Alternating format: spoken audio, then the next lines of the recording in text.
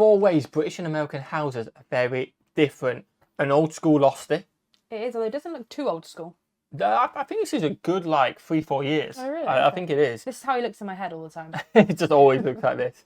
Smash that button if you enjoy the content, guys. Smash the subscribe button. We're going to be checking out 4 ways British and American houses are very different. Is it going to be new stuff? We've done a few tours of American houses, haven't we? Are you ready? I am. Let's go. Smash that like button. Smash the subscribe button. Let's check it out. What have we got?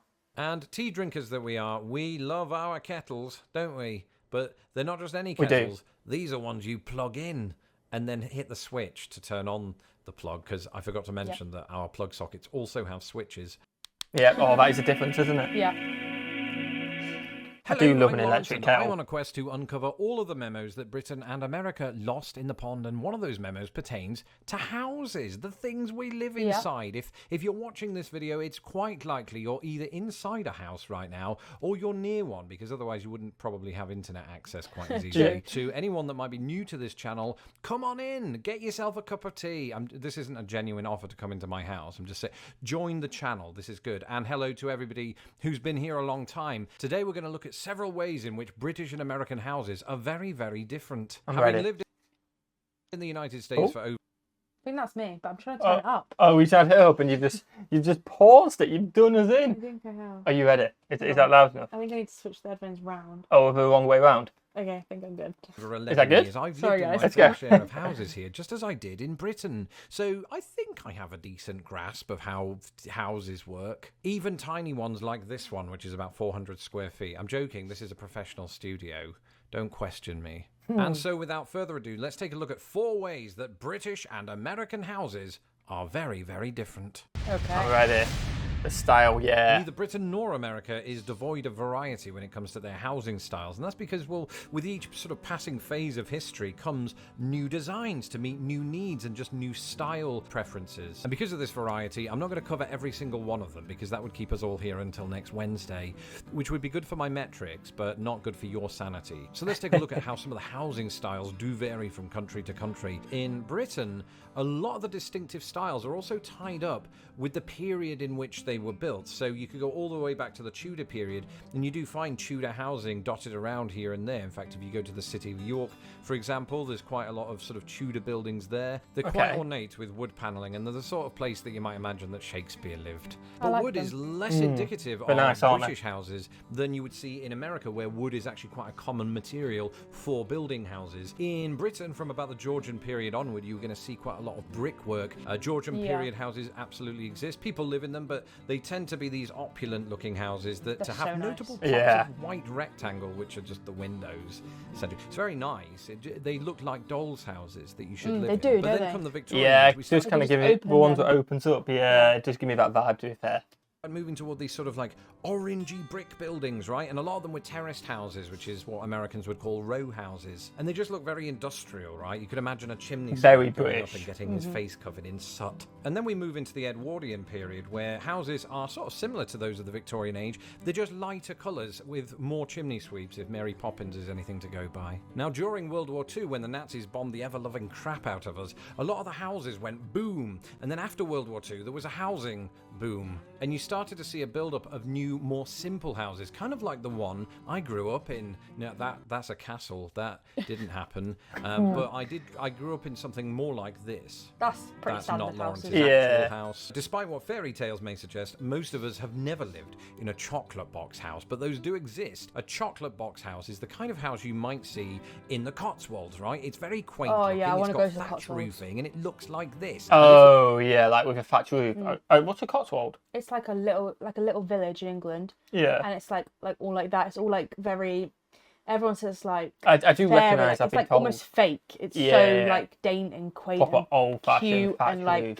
little rivers and things. Mud walls and stuff like that. and like little bridges for work. It just is so nice. I have heard of it before. I've just never seen it. If, like me, you're wondering why it's called a chocolate box house, yet it doesn't look edible. It goes back to the 1950s/60s when chocolate boxes would have on their facade a kind of depiction of a beautiful English countryside, and these types of houses would often feature on said box. Now again, this is by no means an entire repository of British houses. Neither is the following an entire repository of American houses. It's just the more common ones that you will see when you are here. So Cape Cod houses, houses. You know these types of houses, right? They're the ones with the wood paneling down the side. And I said a moment ago that, America makes good use of wood in this country because there's just so much of it. So many woodlands around the country, and it's a huge country from which to pull that resource. So they do, and it's cheap. But funnily enough, the Cape Cod style has its history with English settlers who came here in the 17th century and started building Cape Cod style houses in New England. Now, during the post-World War II period, partly to provide,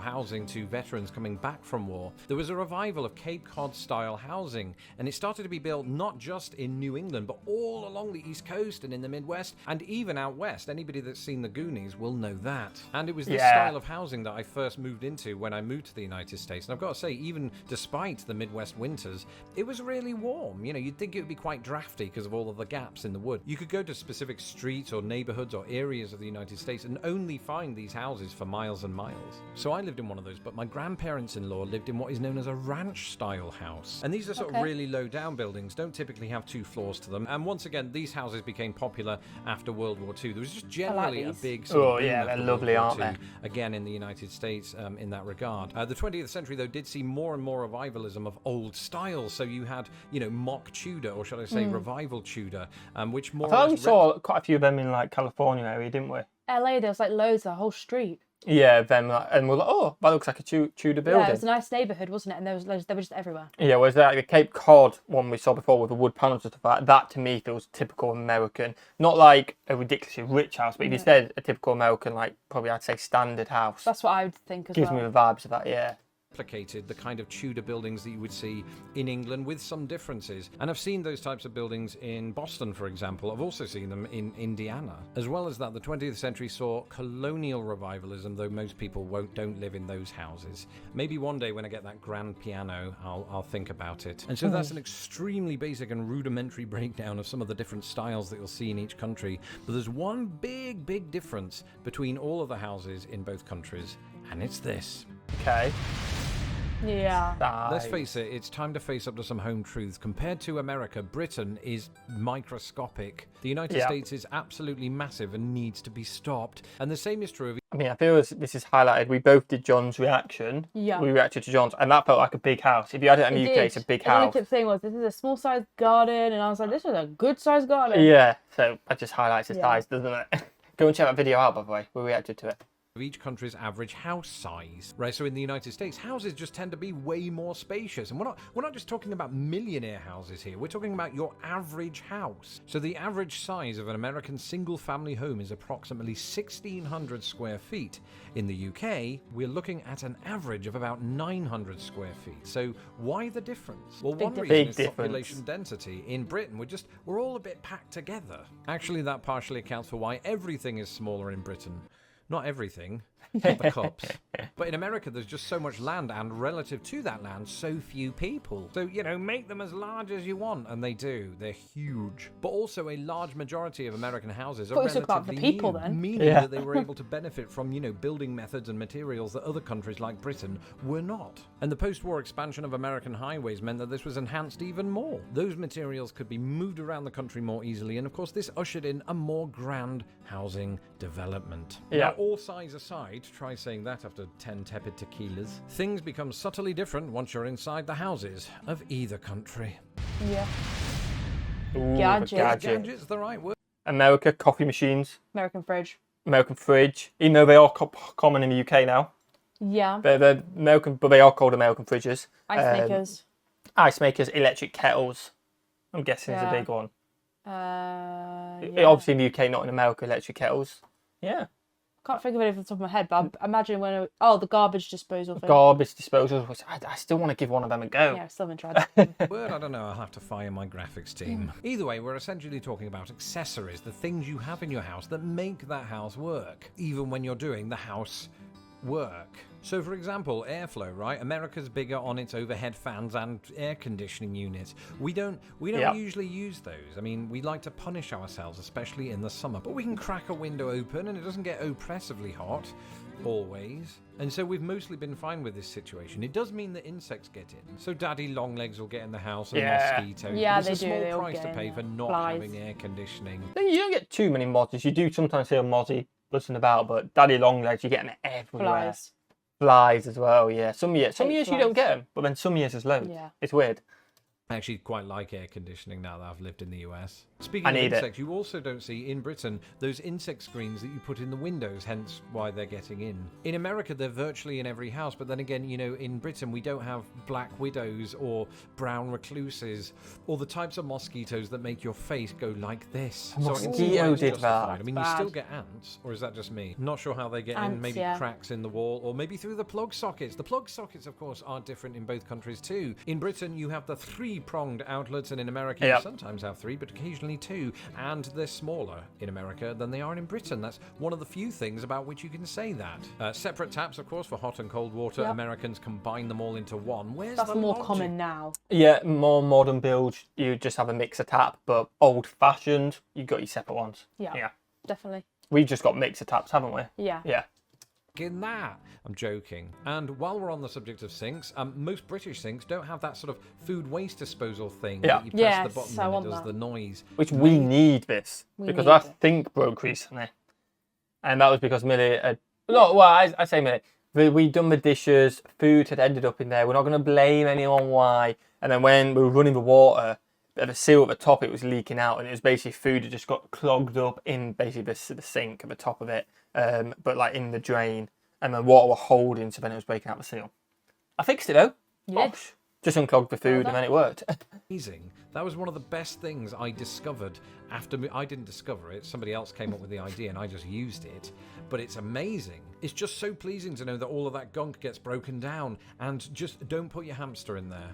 I've learned that lesson from someone else. I didn't do it. Just Definitely read it out on don't. Reddit. Letterboxes. Firstly, Americans don't call them letterboxes, but mailboxes, and typically don't have them on the door, but outside in the garden, yard. Yeah. The garden/yard is different. Often smaller in Britain, but very well kept up, depending on the family. And just massive yards here with, you know, mesh fences and things like that, or picket fences. Back inside, a lot of properties in the United States will have walk-in closets that are built into the actual walls of the house, whereas in Britain, you bring your own closet/wardrobe to put your clothes in, and that takes up more space, I've just realised. So we're shooting ourselves in the foot every step of the way, except when it comes to washing machines and dryers. How cool is this? We combine them both into one giant cube, whereas America has two separate cubes. And tea drinkers that we are, we Don't know love about our that. kettle. I feel like it's more common to have two separate than to have joint in the UK. I don't think I've ever met someone that's got a washer and dryer in one. They definitely do exist, Oh, I don't know. but I feel like I've never met anyone that's got I bet it used to be more common to have them separately, but I feel like washer dryers are a lot more common now, aren't they? But I don't. They're Isn't not your always mum the a best. washer dryer? No, she's got a separate tumble dryer. Has she got a separate tumble dryer, has she? She is the one that told me when I said I was going to get a tumble dryer. She's like, do not get a wash dryer combined because if one breaks, you've got to replace them both. Yeah. And two, the dryer part of it apparently only warms your clothes. It doesn't actually dry. Oh, okay. I've heard not to get them mainly because they break The risk easier, of fires apparently. apparently is bad too because you're mixing water with. But I think people do get them, but I feel like our families just say don't get them, so I Yeah. don't know. Your mum told me not to either. Yeah, if you're British or American, let us know. Do you have them or not? Interesting. Kettles, don't we? But they're not just any kettles. These are ones you plug in and then hit the switch to turn on the plug, because I forgot to mention that our plug sockets also have switches. Yeah. And then, you know, you turn it on, don't need a stovetop, and it heats up. Just like that. You've got your water, Bob's your uncle, pour it into a mug.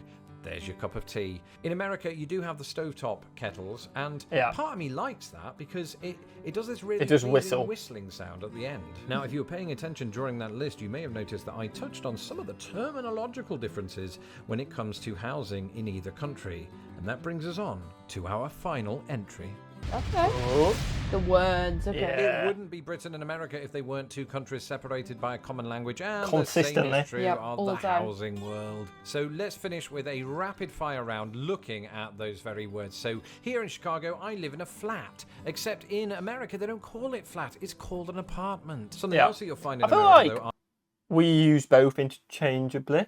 We use flat and apartment. I feel like when we put our apartment up for sale or whatever, or when this was up for sale, it said 2-bedroom apartment. Yeah, apartment, definitely in the construction world as well. I think apartment is the more formal Flat word. slang, isn't it? Yeah, but they're definitely both used in Britain. 100%. are these condominiums, or condos, if you don't fancy saying a word that has condom in it. And we do have those. Yeah, in we don't say Britain. condos. They're usually called common hold properties. And I suppose Okay. most I've British no idea people what that wouldn't is. go around using that term, whereas you actually hear the term condo quite a lot. It's been suggested to me that I move into a condo, and it sounds good. I mean, when I first heard the term, I thought it sounded like I might be moving onto a lakeside boat or something like that. It does is give you like that a boat, vibe. but It's one you yeah. would buy. It's real estate. Now, as a Sounds very child and fancy. young adult, I grew up in a house that was known as a semi-detached house. That's when you have a house adjoined to one other house on one side, but not on the other side. In the United States, this is known quite simply as a duplex, which is not a wrestling move.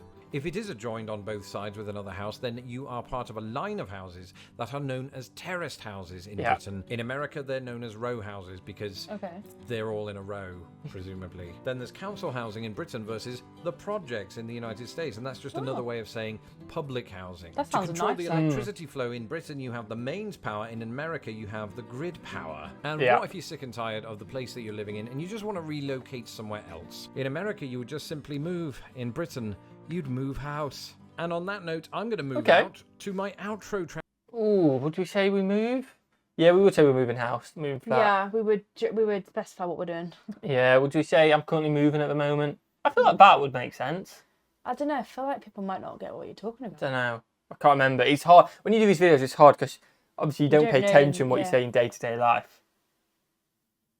I think move house. I think we'd probably say moving house, yeah. Transition, because this is the end of the video. Let me know in the comments below. Well, there you go. Check launch out. His link's in the description. It was a good... That was a good He was video. rapid through that, though. Yeah, it was. It wasn't just me. He was just rattling them off, wasn't he? Yeah, But I enjoyed that. It was good, yeah. Some words that I didn't know would be different. Yeah. Smash that button if you enjoyed, guys. Smash the subscribe button. You're absolute legends and watch the video. Have a fantastic day. And we'll see you legends in the next one. Peace.